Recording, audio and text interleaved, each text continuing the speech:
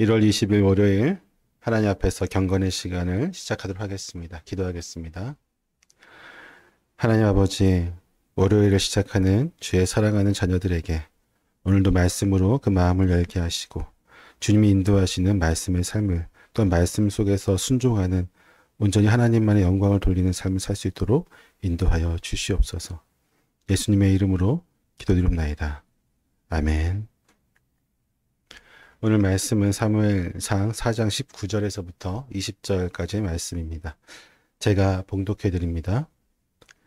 그의 며느리인 비느하스의 아내가 임신하여 해산할 때가 가까웠더니 하나님의 궤를 빼앗긴 것과 그의 시아버지와 남편이 죽은 소식을 듣고 갑자기 아파서 몸을 굽으려 해산하고 죽어갈 때에 곁에 서 있던 여인들이 그에게 이르되 두려워하지 말라.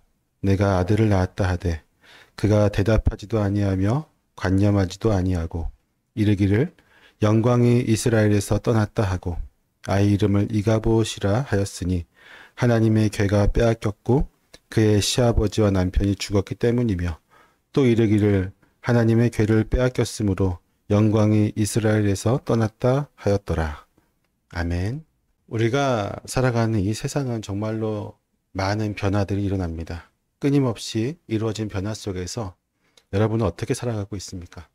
그러나 세상이 아무리 변한다고 할지라도 절대로 변하지 않는 진리가 있습니다. 그것은 바로 하나님의 역사와 그분의 주관하심과 그분의 영광이겠죠. 오늘 본문에서 이스라엘이 하나님을 떠나면서 겪은 비극적인 사건을 통해서 하나님의 영광이 무엇인지 그리고 그것을 이뤘을 때 어떠한 결과가 초래되는지 우리에게 깊이 보여주고 있습니다. 비느하스의 아내는 남편과 시아버지 엘리의 죽음 그리고 언약궤가 빼앗겼다는 소식을 듣고 절망에 빠지게 됩니다. 근데 그 절망 가운데 그녀의 육체는 아이를 출산하도록 준비되었죠. 하지만 그녀의 고통과 심적인 고통과 이 절망은 그녀가 낳는 이 아이를 순산하지 못하도록 만듭니다. 그녀는 아이를 낳으면서 생명이 끝나게 되었고 자기가 생명이 끝나는 그 순간에 이 아이에게 이가봇이라는 불명예스러운 이름을 남기게 됩니다. 어떻게 보면 이 장면이 단순한 한 여인의 비극이라고 보여질 수도 있지만 하나님과의 관계가 단절된 이스라엘의 모습을 단적으로 우리에게 보여주고 있습니다. 그녀의 고통은 단지 개인의 아픔이 아니라 하나님이 떠난 이스라엘 공동체 전체의 영적인 황폐함을 나타내고 있습니다. 하나님과의 관계가 끊어질 때 개인과 공동체는 무너질 수밖에 없습니다. 하나님과 관계가 끊어진 개인과 공동체는 반드시 하나님 앞에서 파탄을 또 세상 앞에서 그 무너짐을 나타낼 수밖에 없을 것입니다. 또한 이가봇이라는 이름은 단순히 절망의 외침이 아니라 하나님을 멀리 떠난 이스라엘의 영적인 상태를 그대로 보여주고 있습니다. 근데 중요한 것은 언약궤가 사라졌다고 해서 하나님의 영광이 사라진 것이 아니죠. 언약궤가 빼앗겼다고 해서 이스라엘이 자신들이 믿는 하나님을 블레셋에게 빼앗긴 것이 아닙니다. 하나님은 여전히 이스라엘의 하나님이시며 하나님은 여전히 그들을 보호해 주시고 그들에게 하나님의 말씀을 전해 주십니다. 하지만 이스라엘 백성은 이 사실을 여전히 알지 못하고 있었습니다. 비느하스의 아내가 아들에게 지어진 이가봇이라는 이름은 하나님의 영광이 떠났다라는 것을 이야기합니다. 하나님과의 관계에서 멀어진 것을 그녀가 지금 증언하고 있습니다. 언약궤는 하나님과의 임재와 그분의 영광을 상징하는 표징이지만 이스라엘은 그것을 하나님의 뜻을 따르기 위한 도구가 아니라 자신들의 승리를 보장하는 수단으로 여겼을 뿐입니다. 하나님을 그들은 온전히 신뢰하지 못했던 것이죠. 그들은 하나님과의 관계를 신경 쓰지 않고 그분 앞에 얼마나 순종하느냐, 그분이 주신 말씀대로 우리가 어떻게 살아가느냐에 대해서는 생각하지 않고 그분이 임재하는 언약궤만을 바라보면서 하나님을 우리가 데리고 있다. 하나님을 우리가 가지고 있다. 그 정도의 개념으로 그들은 믿음 생활을 했던 것입니다. 결과론적으로 하나님은 그들이 전투를 그대로 내버려 두셨습니다. 절대로 개입하지 않으셨습니다. 때문에 이스라엘은 패망하게 되었고 그 전쟁에서 진 이스라엘은 큰 절망 가운데 빠지게 되었습니다.